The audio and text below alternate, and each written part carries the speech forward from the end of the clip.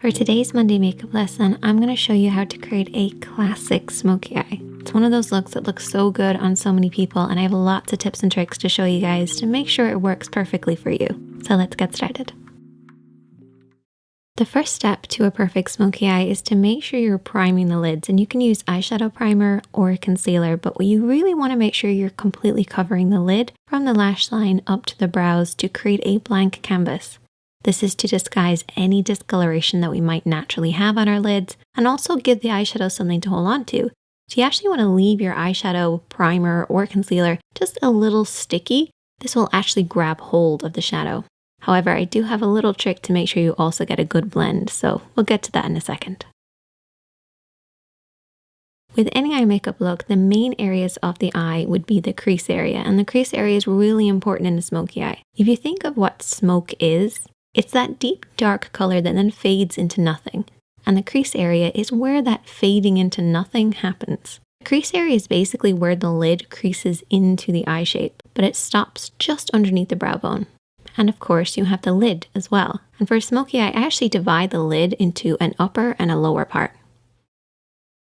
Now, as far as eyeshadows go, I've created a little smoky palette for us, and you want to adapt this to work with your own skin tone. So the first shade is what I refer to as the base shade. So this is very similar to your own skin tone, could be a little lighter. We then have our contour shade. This should be a few shades darker than your own skin tone. And then you have your mid-tone, and your mid-tone is probably the most important. A lot of people refer to this as the transition shade. This is somewhere in between the base and the contour. That's why I call it a mid-tone, because it's a middle tone. And then we have our smoky shadow. So our smoky shade is basically whatever type of smoky eye that you want to create. I'm going to create a black one. So let's get started with this look, taking a blending brush and our base shade.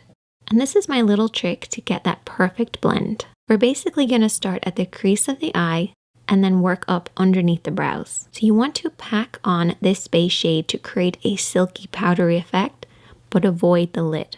We want the lid to stay a little tacky from the concealer and the primer, but we want that crease to be really powdery, really easy to blend over. By applying that powder, we're basically going to create an easier, softer blend. Remember how I said concealer and primer gives the shadow something to hold on to? Well, this powdery base will make sure we have something to blend over, and that's how you get that perfect soft blend. Just make sure to avoid the lid, don't come down too far, keep it from the crease right up to the brows. For the next step, we're going to keep with that same blending brush, and I haven't cleaned it off, and we're going to go in with our mid-tone, so our middle tone or our transition shade. And we're going to start over everything that we've already applied, but we're going to stop under the brow bone. So the first shadow went from the crease right up underneath the brows, avoiding the lid. And use this little diagram as a representation of what we're doing here. We're starting in this crease area and then softly blending upwards. If you're not sure where to stop and start your blend, you basically want to keep it in between these two parallel points. It looks really complicated, but it's basically using the edge of your eye, nose, and brow on one side, and then creating a parallel line on the inner corner. If you blend outside the lines, don't worry because you can always clean up at the end. Just use this as a guide. Then we're going to take a clean blending brush, and I always keep a clean blending brush handy for every look, but in particular when you're doing a smoky eye. Go over everything that you've applied to soften out any harsh lines. No additional product needed, just soften out those lines. Now we're going to move on to applying the contour, and I need you guys to take a brush that's got a lot of control in it. So maybe a flat brush or a pencil brush or a brush like this, which is somewhere in between. It's one of my favorites. And picking up a little bit of that contour shade, which is one of the darker shades from this palette, we're going to apply this all over the lid area. So I want you guys to keep this just to the lid, bringing it up to where that mid-tone starts in the crease, but don't go beyond that point. Really focus on the roots of the lashes and softly blend this over and back, covering the lid. Try to avoid blending this up too high because that can ruin the look. You want to keep it nice and deep and low. So what we're going to end up with is a deep dark look right at the roots of the lashes that then fades upwards, fading into that mid-tone, into that crease, and up underneath the brows. Next, I want you to take a small flat brush, something that you have the most control over. And I want you to take your smoky shadow. So whatever smoky shadow that you're using, I'm using black. And there's two ways that you can apply this. You can bring your hand down onto the lash line, or you can come at it straight on. As you can see, my hand is pretty much at the level of my nose as I'm applying this. I'm applying it using the lash roots as my guide, and follow the natural shape of your lash line. If you have your hand too low at this point, you're going to blend that black up too far. And I don't want you guys to do that. So try to keep it at around the cheek level, or bring your hand over the top and press downwards onto the lash line. Either way, just imagine that you're creating a liner look. Just coat right by those lashes and really pack it on there. Get in between those lashes, right onto that lash line. It's really important. We have to imagine that that black is coming from somewhere, so it has to start really dark at the base. Now for shaping wise, I like to have it slightly thicker just in the center. It's almost like an oval shape. This will create that classic round shape that you get with a smoky eye. So it's slightly tapered on the inside and the outside, and highest in the middle. Before you go any further, what I want you to do is take your fingertip and really press on that pigment. Push it right at those lashes.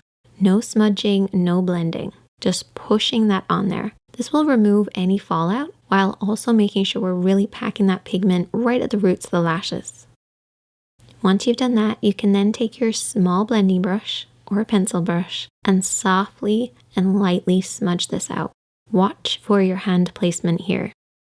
What I want you guys to remember is that if your hand is low, your blend will be high. And that's good at the start because we want to bring that black from the root of the lashes upwards to about the halfway point of the lid. But if you keep your hand this low throughout the entire smudging process, you're going to end up pushing it up too high. Bring that brush slightly upwards.